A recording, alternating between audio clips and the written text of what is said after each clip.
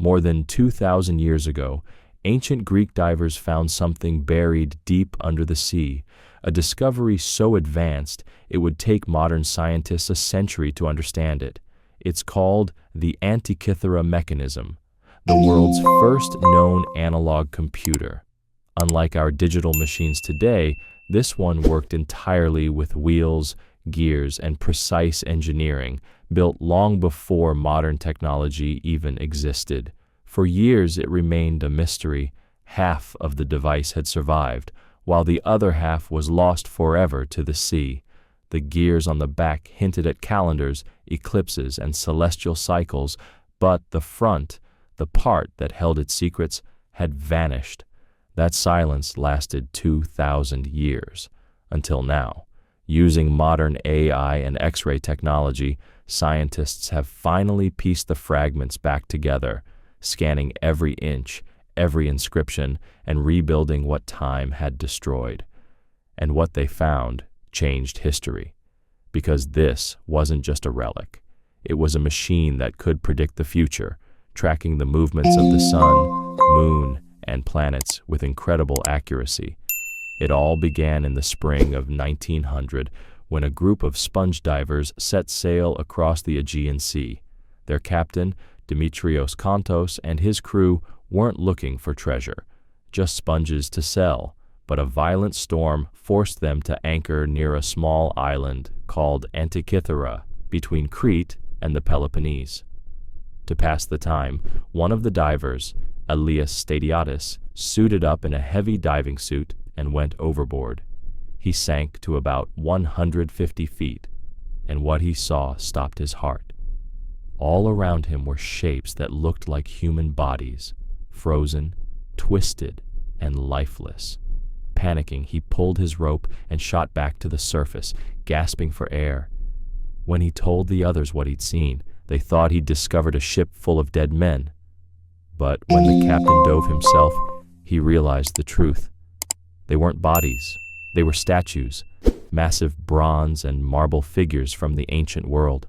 One by one, the divers began pulling them up, arms, faces, and shattered relics from a long-lost civilization.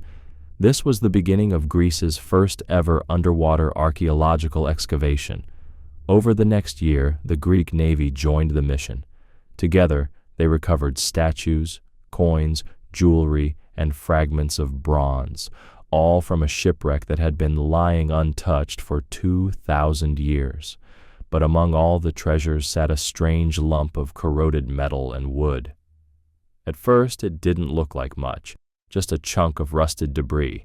Then, on May 17, 1902, museum curator Valerios Stais noticed something incredible: a small bronze gear peeking through the surface. That gear changed everything. What they had found wasn't a sculpture or ornament. It was a machine, a device from the ancient world, built with precision engineering that shouldn't have been possible at the time. Later studies revealed it dated back even before the shipwreck itself, meaning it was already old when it sank. Today, just 82 fragments of the Antikythera Mechanism survive, less than half of what once existed. But even in pieces, those parts show a network of 30 interlocking gears, each hand-cut and perfectly aligned. The largest is over 5 inches wide, proof of a mechanical mind far ahead of its time. Those fragments, now displayed in Athens, still carry the marks of the sea, but also the fingerprints of genius. Together, they form one of the most fascinating puzzles in human history. The story of how ancient Greece built the world's first computer and then lost it for 2 millennia. Before we start guessing what the Antikythera Mechanism looked like in full, we have to begin with what actually remains. The largest fragment, called Fragment A, holds most of the intricate gearwork. Other pieces preserve circular scales and faint letters carefully carved into the bronze. Back in the 1970s, early X-ray studies began to reveal its hidden secrets. The first glimpse into the mind of the ancients, encoded in bronze. Those first scans hinted at something incredible: But the real breakthrough came in 2005, when a team from Britain and Greece brought cutting-edge imaging technology into the museum. One of their machines was a 12-ton CT scanner, nicknamed Blade Runner, built in the UK. It blasted high-energy X-rays through the bronze from all angles, creating cross-sections that could be combined into a full 3D model. The second tool, from Hewlett-Packard, was a reflectance imaging system. This let researchers virtually relight the surface, pulling out tiny scratches invisible to the naked eye. Over 2 intense weeks, the team revealed hidden gears and thousands of engraved characters, finally allowing the machine to speak again, 2,000 years after it sank. But there was a catch. The highest resolution scans, meant to capture details just a few thousandths of an inch wide, had glitches. About 25 of 3,000 scan slices failed, and the fragments may have slightly, leaving blurs and stripes exactly where clarity was needed most. In 2018, a team at University College London went back to the raw data. They painstakingly reprocessed every scan, filled in missing slices, and corrected distortions. The results? Sharper images, new letters coming into focus, and several previously uncertain readings confirmed. This was huge because even a single Greek character could completely change the meaning of a prediction. So what can we learn from the surviving pieces of the Antikythera mechanism? Let's start with the back, the side that survived the best. The upper dial is a spiral that winds 5 times around, marking 235 lunar months, which is the 19-year Metonic cycle. This cycle kept Greek calendars aligned with the seasons. Right next to it is a smaller dial counting 76 years, the Kallippic cycle, which fine-tuned long-term accuracy. The lower half of the back has another spiral, tracking 223 lunar months, known as the Saros cycle, which was famous for predicting eclipses. Inside that is an even smaller dial, the Exoligmos, or triple Saros, a 54-year cycle that corrects an 8-hour remainder in each eclipse cycle, making predictions much more precise. There's also a tiny dial that marked 4-year intervals for the Panhellenic Games. And none of this is guesswork. All of it is literally inscribed in bronze. Zoom in on the Saros spiral, and you see just how practical it was. Each cell that could contain an eclipse carries a tiny glyph, a little note in ancient Greek. A letter tells you whether it's lunar or solar. Sigma for Selene, the moon, or Eta for Helios, the sun. A symbol that looks like an anchor is actually a combination of 2 Greek letters showing the hour, followed by a letter number indicating the exact time. Notes like of the day or of the night tell whether the eclipse would be visible from Greece. Beneath each glyph, an index letter points to explanatory text describing how the shadow would fall, how much of the sun or moon would be covered, and even what colors to expect in the sky. In short, this was more than a machine. It was a complete astronomical guide, encoded in gears and bronze, giving ancient Greeks the ability to predict eclipses and follow the heavens with remarkable precision.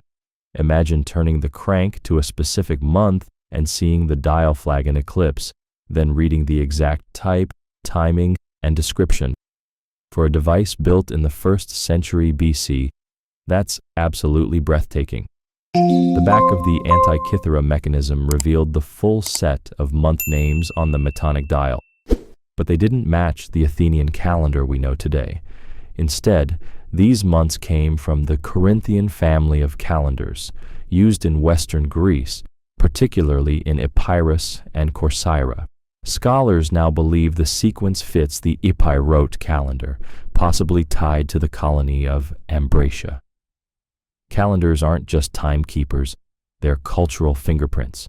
By engraving these month names, the maker of the mechanism effectively signed its civic identity. The front of the mechanism is far less complete.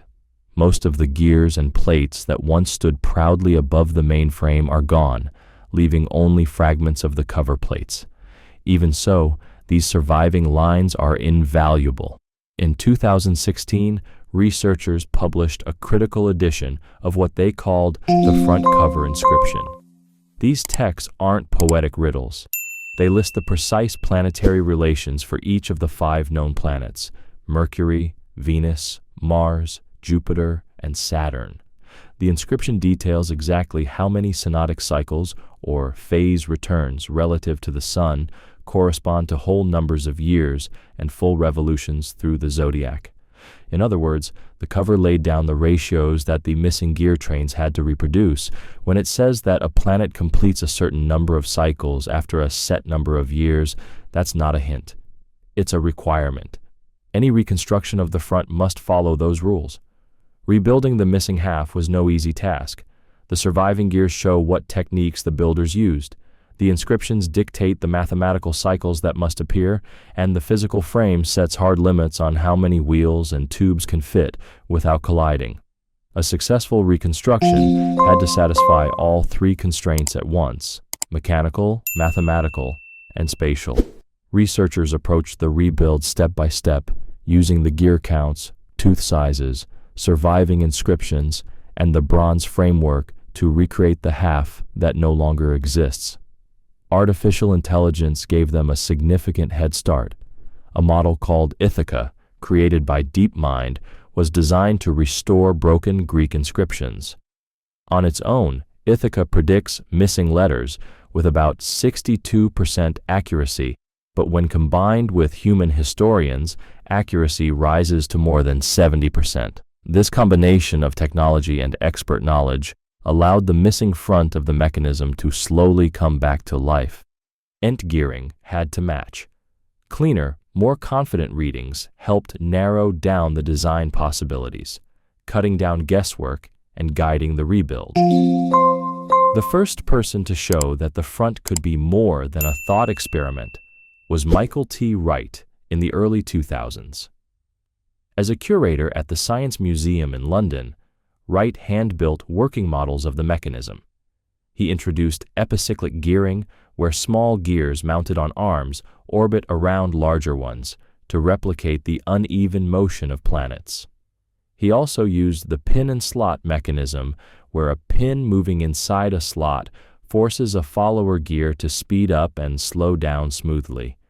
Ancient Greek astronomers expected this irregular motion because planets appear to change speed across the sky. Wright even built a full planetarium model long before the cover inscriptions were fully deciphered.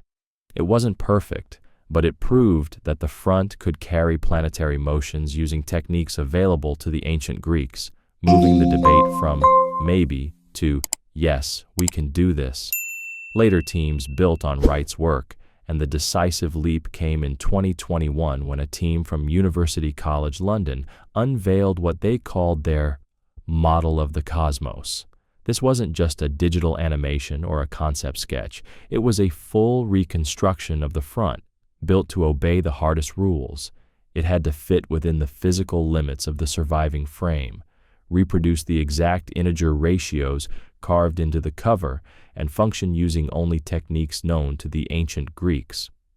The frontside rebuild had one final challenge. It needed to allow shafts and tubes to pass through the center without colliding. At the heart sits a small dome representing Earth along with the moon system. Around this core, the planetary gear trains are wrapped in precise layers, feeding their outputs into a bundle of thin nested tubes at the center. This bundle, called the Central Coaxial Output, or CCO, is the backbone of the entire system, letting multiple displays share the same hub without interference. In this reconstruction, the face of the mechanism is arranged as concentric rings instead of a jumbled cluster of overlapping pointers. That might seem cosmetic, but it's crucial. Rings reduce parallax problems, the difficulty of reading multiple hands stacked on top of each other, and they match the surviving instructions describing a cosmos arranged in rings. One of the cleverest design decisions involved the starter gears for the Sun and the three outer planets, Mars, Jupiter, and Saturn. Earlier reconstructions placed these gears behind a large circular plate called the CP, creating a nightmare of awkward brackets that would have been bulky and unrealistic for ancient builders. The UCL team solved the problem by moving these gears to the front, opening up vital space, eliminating the bracket issue, and giving each planetary train a clear, direct path to the central output. At the very center sits a fixed gear labeled 56, with compact epicyclic sets riding on that anchor. A move like this doesn't happen instantly. It comes after weeks of virtual layouts crashing into themselves until a single gap appears and everything fits perfectly. One of the things that makes this layout so clever is gear sharing. Instead of building a separate system for every planet, the UCL model lets several planetary trains borrow key wheels. The true Sun shares a gear labeled 52 with Saturn, and both use the same fixed gear 56 that anchors all three outer planets. Mars and Jupiter share another gear, labeled 64. This kind of efficiency is crucial when space is measured in tiny fractions of an inch. Every extra arbor adds thickness, and every new wheel risks a collision. By sharing gears, the model stays compact, smooth, and mechanically stable. The rebuild also had to respect the physical structure preserved in one of the largest fragments, the main drive wheel with 4 spokes and a ring of supporting pillars. Those pillars once held 2 important plates, a rectangular strap mounted on short pillars and the circular CP plate mounted on longer ones. The UCL design uses this frame like a sandwich. Between the big wheel and the strap, 9 tightly stacked layers of gearing fit into just 0.59 inches. This cramped zone houses the mean sun drive, the lunar node mechanism, and the base of the inner planet trains. Between the strap and the CP plate, most of the sun and outer planet gearing squeezes into a gap only 9.7 millimeters thick, about 0.38 inches. Even the 11-degree tilt of the strap relative to the spokes, once thought to be a mistake, turned out to be a perfect solution. That slight angle gives Mercury and Venus just enough clearance for their epicyclic gears to slip neatly past their neighbors. This is watchmaker-level precision measured in fractions of an inch. One of the most satisfying detective breakthroughs comes from a small block on spoke D, a piece with a mysterious hole drilled through it. For years, no one knew why it was there. The 2021 design solved the mystery. The small black and white moon sphere on the front needs input from both the sun and the moon to display the correct lunar phase. But if the face is built in rings, you don't want to duplicate the sun mechanism just to drive the moon. The UCL team discovered that a mean sun feed could be routed through a bar attached to the pierced block on spoke D, the shortest possible path across the central gears to reach the lunar phase device. Suddenly, the block wasn't mysterious at all. It was a perfectly placed bracket doing exactly what it was supposed to do. The Venus mechanism offered another aha moment. A small piece called Fragment D preserves a disc riveted to a gear with a shaft that changes from square to round as it passes through a plate. The gear has 63 teeth, all but 3 intact, and the count is solid. In the UCL model, this disc carries the offset pin for a pin and slot follower, creating Venus's stop-and-go motion. The plate serves as the bearing surface at exactly the right height. The fit is so precise that the researchers concluded Fragment D is the epicyclic core of the Venus train. Whether or not you care about Venus itself, the takeaway is clear. The surviving bronze fragments fit exactly where the mechanics demand them to. A similar revelation comes from Spoke B, which holds a prominent bearing that had puzzled researchers for decades. In the 2021 reconstruction, that bearing supports a compact 4-gear epicyclic set for the lunar nodes. The shifting line, where the moon's orbit crosses the sun's path. The bearing fits perfectly with the gear teeth in the model, and the space around it is exactly where the lunar node's train needs to sit.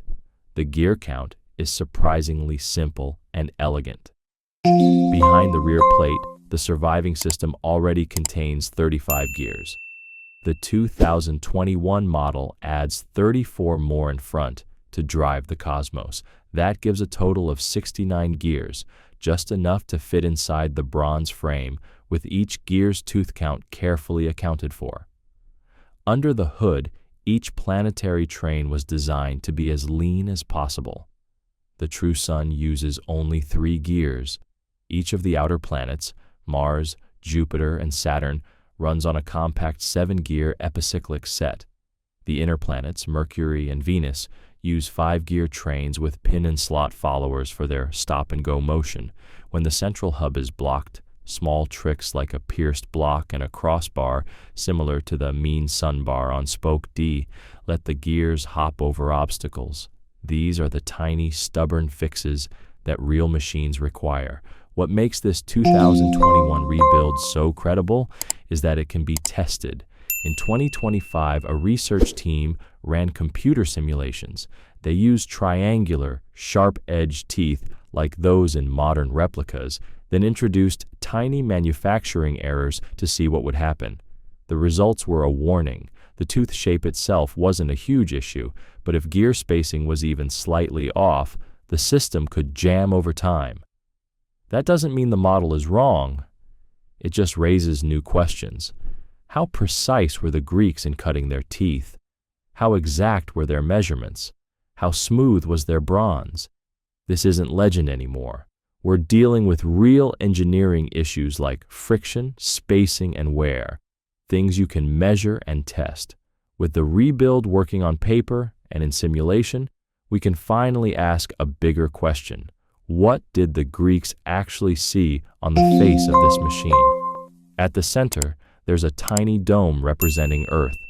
Wrapped around it, a pointer shows the moon's position as it moves through the zodiac. Beside that pointer sits a marble-sized ball, half black and half white, turning day by day to show the moon's phases. When it's fully dark, it's a new moon. Fully bright, it's a full moon. Every shade in between is displayed on that little sphere.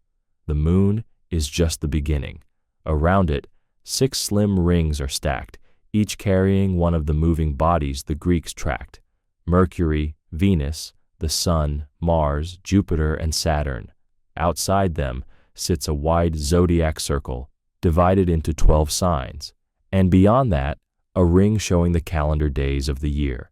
Each planet has a bead fixed to its ring, with the sun getting a golden bead and pointer, just as ancient inscriptions describe. On the very edge, a thin date ring shows the day. To know today's date, you read that. To see where the planets are, you watch the beads. Nothing here is guesswork. Inscriptions discovered in 2016 describe the front exactly this way, and the 2021 reconstruction followed them closely. The front face displays 9 things at once: the moon, the lunar nodes, Mercury, Venus, the Sun, Mars, Jupiter, Saturn, and the calendar date. The moon is the heartbeat of the sky. Its pointer shows its zodiac position, so you know exactly where it is among the constellations on any night. The machine even shows the number of days since the last new moon, by comparing its pointer to the sun's. The difference in days tells you the moon's age.